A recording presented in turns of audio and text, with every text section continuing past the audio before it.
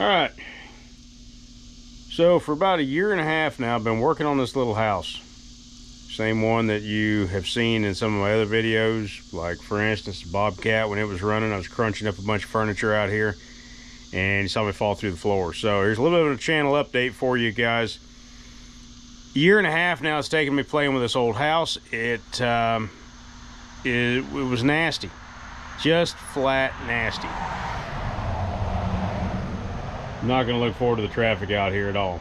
Okay, long story short, just bring you up to date. This little house in about 2 acres, carved it off my mom's property when we hit North Carolina down here. Deeded it off. This used to be a rental house. And I ended up getting the meth monkeys evicted and started working towards rehabbing the house. This thing has been an absolute scene from the money pit. So I still haven't finished it up quite yet, but before we get our furniture and everything moved in totally, I'll take you on a quick walk through. So still need to work on the front steps here, but there's a few things we'll work out. So come on.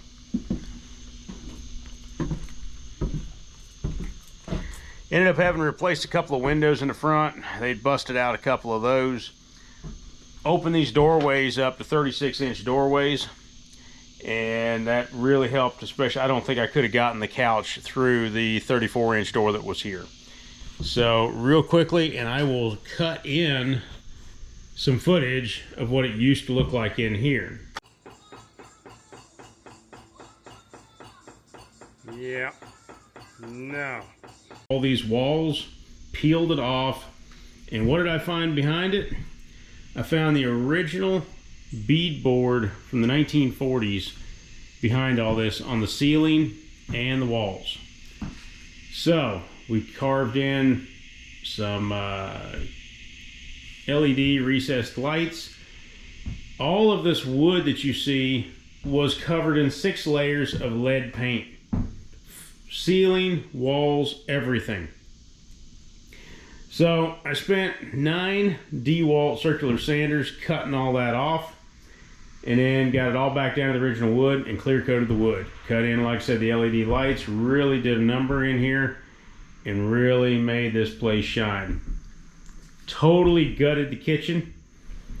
The cockroach and flea infestation was horrendous. I could not keep any of the original cabinets that were in here, so we went back with some box store cabinets.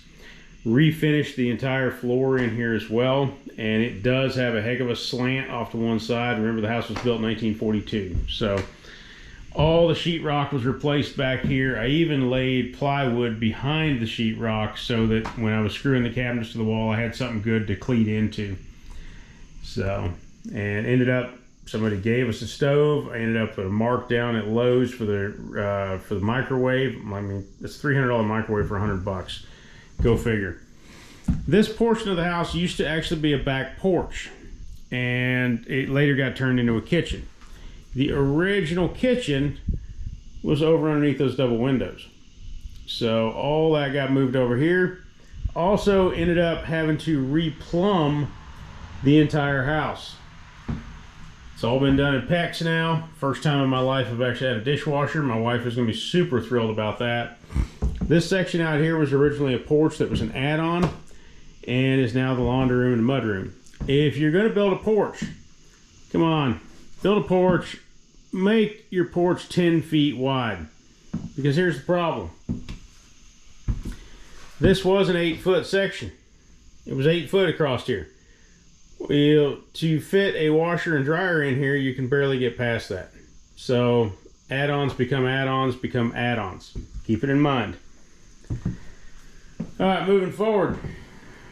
Again, far cry, and I'll snip in some sections in here of what the house used to look like. Had to replace all the drywall throughout most of the entire house. The only 2 walls that still actually have the original drywall on them is here in the hallway and up along the upper section here, and the living room wall here. So the rest of it has all been completely done. If you remember in my other video, walking down this hallway, the floor kind of squeaked a little bit and got soft. Now, originally Originally, there was a cabinet at the end of this and a little door that went in. Not anymore. We got a barn door that slides across. 14 broken joists underneath, and they've all been doubled, tripled, and even quadrupled up underneath.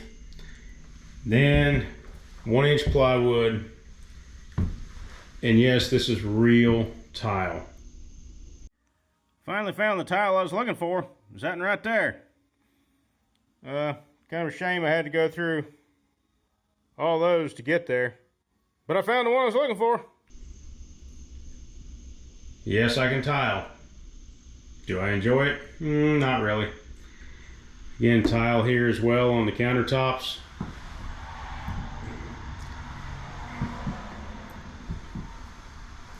This entire back wall through here was completely gutted. It was open to the real world.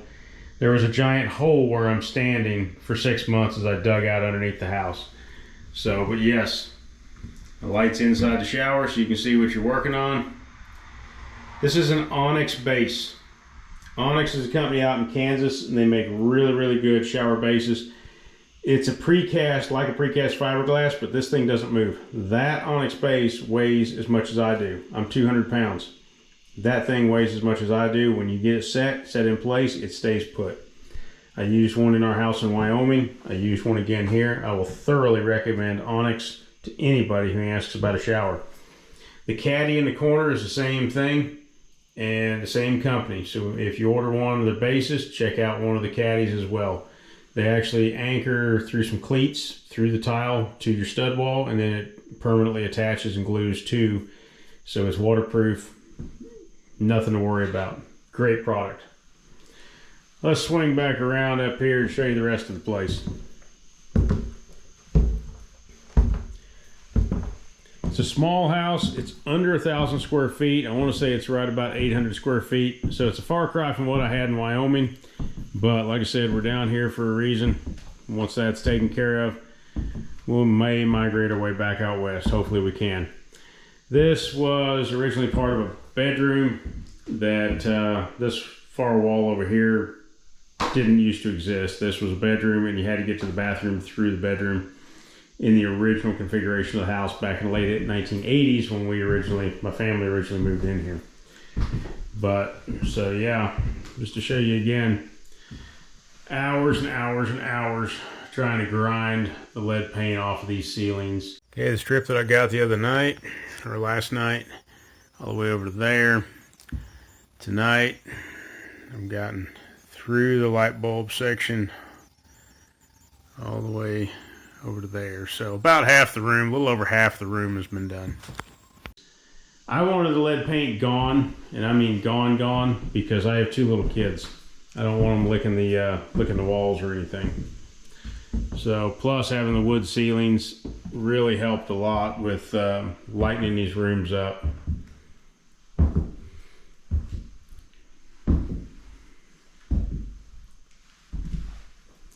So yes, my kids have got log beds. We made log beds and had a couple made when we were out west. So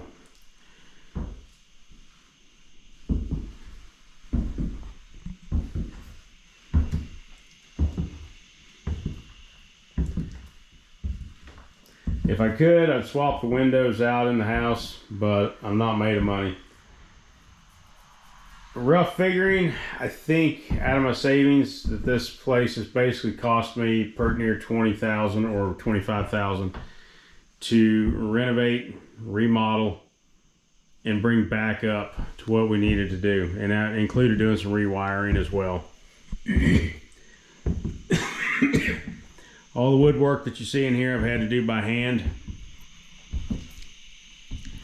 So rewiring, replumbing, digging underneath the foundation for 6 months just to get a hole big enough that I could work down there. Okay.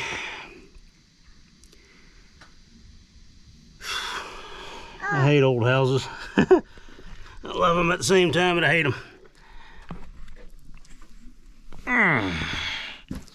So here's what we've been working on lately. Underneath this house, there was no access point. And this is barely 1.5 feet tall between the actual dirt and the rafter itself. Over here is nice, but over on the other end of the house over here, it's bad. So this entire trench that I'm standing in, I've had to dig by hand. All the way down underneath here. And back in here was all busted timbers. We replaced to put a false timber in back here probably 20 years ago when some joists fell when somebody decided to put a waterbed in the back of this house. And now the most previous tenant has done it again. As you can see up in here, these timbers have actually busted and broke, and then there's some old dry rot damage as well. This wall, you can count it, there's 3 bricks in depth. All this has all been taken out. In this trench, I'm 5'7" and I'm still have my head up in between the joists.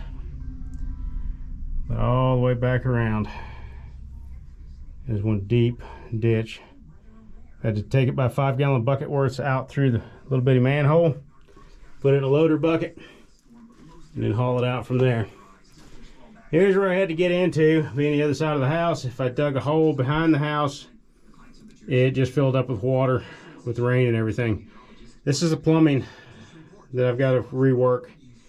And then this back here is the far foundational wall, and then there's the addition on the house from there. And so there's one pipe I've got to get it into from there, but I might can get into it by coming in underneath that porchway, underneath the addition, instead of busting through that foundational wall like you see has been happening in the past. But yeah, there's probably over 30 Bobcat loader buckets that I've hauled out of here by the 5-gallon bucket worth at a time. And I've had to go, all my lower back would take would be about 1 loader bucket a day. And that's with this trench being what it is. Because this is from a guy who actually has some lower back problems to begin with. So, a little bit of time since about March. And this is now near the beginning of August. All the way out to the door. It's very, very labor intensive. It has been agonizing, frustrating to say the least. So one nice little touch that I figured would be really good here is I did a wainscoting of sheetrock on the bottom half of this wall. This particular wall here was the hardest one to try to get that lead paint off of. It's part of the original kitchen area, and so we've been saturated with water down both. Well, where that video cut off, here I am a few months later compiling footage. And I'm sorry, but I had a camera battery failure at that time. So pardon me while I try to retake that last little section here. What I was referring to is that one of my better ideas was over here underneath on the edge of the kitchen area. I'd actually put in a wainscot section and did chalkboard paint on the lower half. And underneath the table here, you can see my kids have made thorough use of that. On the table, don't get too jealous. My wife just finished canning some deer meat. If you've never had canned deer, canned elk, as in I'm talking canned in a mason jar, oh buddy, it's like some of the best pot roast you'll ever eat. So anyways, moving along, I shot that footage back in August, and I immediately had to run out of town on a fire. I've been working for a couple of companies out west all summer, so that's why you haven't seen anything out of me in quite some time. And I'm compiling everything and putting it back together. Sadly, and I do mean sadly, Panzer is no longer with us. So I'm going to cut a few pieces in here at the end of him, kind of as a tribute, like a little Easter egg. While I was out west in Sholo, Arizona on the Cottonwood Ridge fire, wife was trying to get a hold of me. I had no signal whatsoever, and his seizures were getting the better of him. We'd had it controlled by medication about once a month, then it became once every 2 weeks, and then his seizures come every couple of days. And when she got a hold of me that day, it was just continual seizure after seizure after seizure, and it got to the point where his body was just laying there twitching. So sadly, yes, she had to run him to the emergency vet. They checked him out overnight. They couldn't even get the midazolam or any of the medications that bring you out of seizures to work. And so the sad decision was made that we had to put him down. My daughter's not taking that very well. She just turned 6 the other day, and she still misses him pretty hard. So I'll try to put a couple more videos together of some of our highlights. Last winter was one of his last sled pulls. I've got some footage from back in Wyoming where he was pulling a sled for her as well. So I'll try to get some of that put together and put up here. So I apologize for not putting anything out for quite some time, but I've been busy trying to make a living. The school that I was working for folded up. Well, let me say folded up or dissolved a little bit, and I'm no longer with them. So I immediately jumped back into wildland fire. So I was out trucking, hauling water a good portion of the summer in Arizona for a company. And then they immediately switched me over and running wildfires. I'm an engine boss. I'm also a heavy equipment boss. And like yesterday, I went and took my refresher and my pack test again so that we can go again this coming year in 24. So apologize again for not putting very much out, but I've got a lot of stock footage here. I've got a lot of stuff that I'm going to be rolling through and be putting it back out. So thanks, guys. Thanks for watching. Bear with me. You're such a good boy. Look at you. Look at you. So pretty and pink. But you're a boy. Me too. Hi, buddy. Good boy. Good boy.